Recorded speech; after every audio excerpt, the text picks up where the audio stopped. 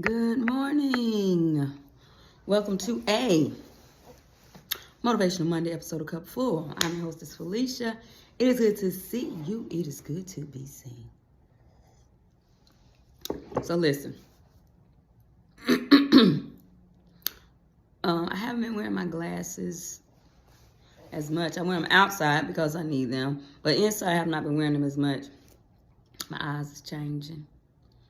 So I need a new prescription. It's a little off kilter, but it's all good. I'm going to get it right. Happy Monday. Happy Motivational Monday. I got a word for you all. I have a word for, well, I already took the word. I'm going to take it again, but I have it for you all. I was reading Genesis 37th chapter, right? And it's talking about Joseph. And we know the story of Joseph and his brothers.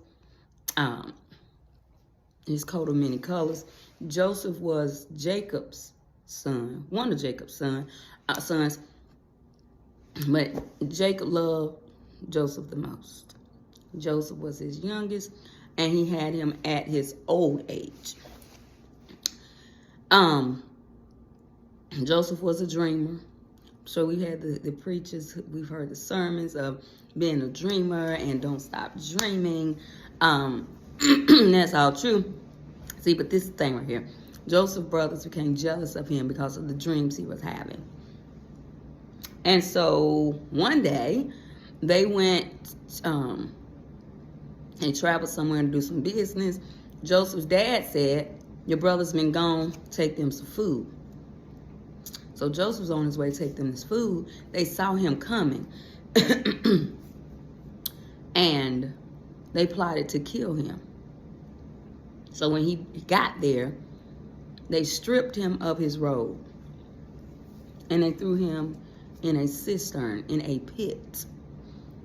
Now, after Googling and doing some research, these pits could be dug, or man-made pits dug into the earth, could go down at least 30 feet, and I'm sure more. And it was just sealed in by rocks, stones. The particular pit they threw, or cistern they threw Joseph in, was approximately 12 feet deep. And I was reading this, and it came to my mind, how are you not broken? How can you be dropped from such a height and not be broken? And you ask, well, Fee, how do you know he wasn't broken?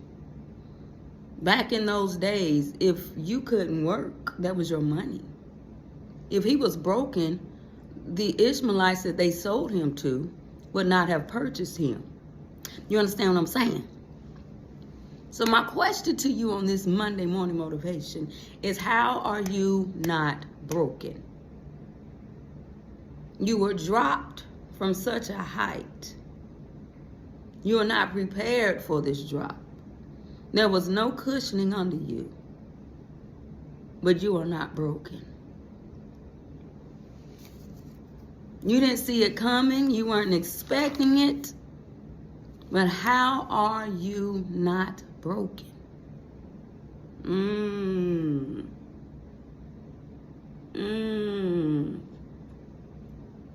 You weren't dressed. You weren't prepared. You weren't ready for the jagged edges. I wonder if Joseph's body hit the sides. Because I don't recall reading that they lowered him in with a rope. I don't recall reading that. Hold on. Hold on. Oh, hold on.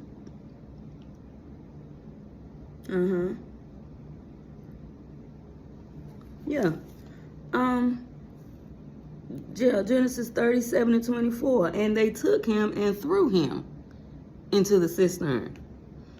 It was empty and there was no water in it, which means he didn't just jump in the water, hold his breath, and come back up to the top. He was thrown into a dry pit. How are you not broken? How are you not broken? You're dropped 12 feet deep, or you just dropped from a height Nothing there to break or fall. How are you not broken? That's when you just clutch your pearls. When you really sit and think of all God has brought you through. How do we sit here whole? How do you sit here emotions intact? How do you sit there clothed in your right mind after you've been dropped? Some of us been dropped not once, not twice, but many times. All I can say is God cushioned that fall. I'm sure it was a free fall. Listen, in my mind, I'm sure Joseph was screaming because these are his brothers. This is his family. These are people he saw every day. They stripped him of his clothes. Means that there was nothing to catch you. So for you to hit the ground and no bones broken.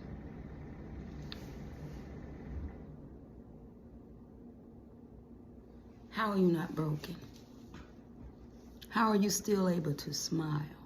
How are you still able to hold your head up high when the disrespect was so evident? When the humiliation should have made you fold. Everybody saw it unravel. How are you not broken? How do you sit here still looking like you got it together?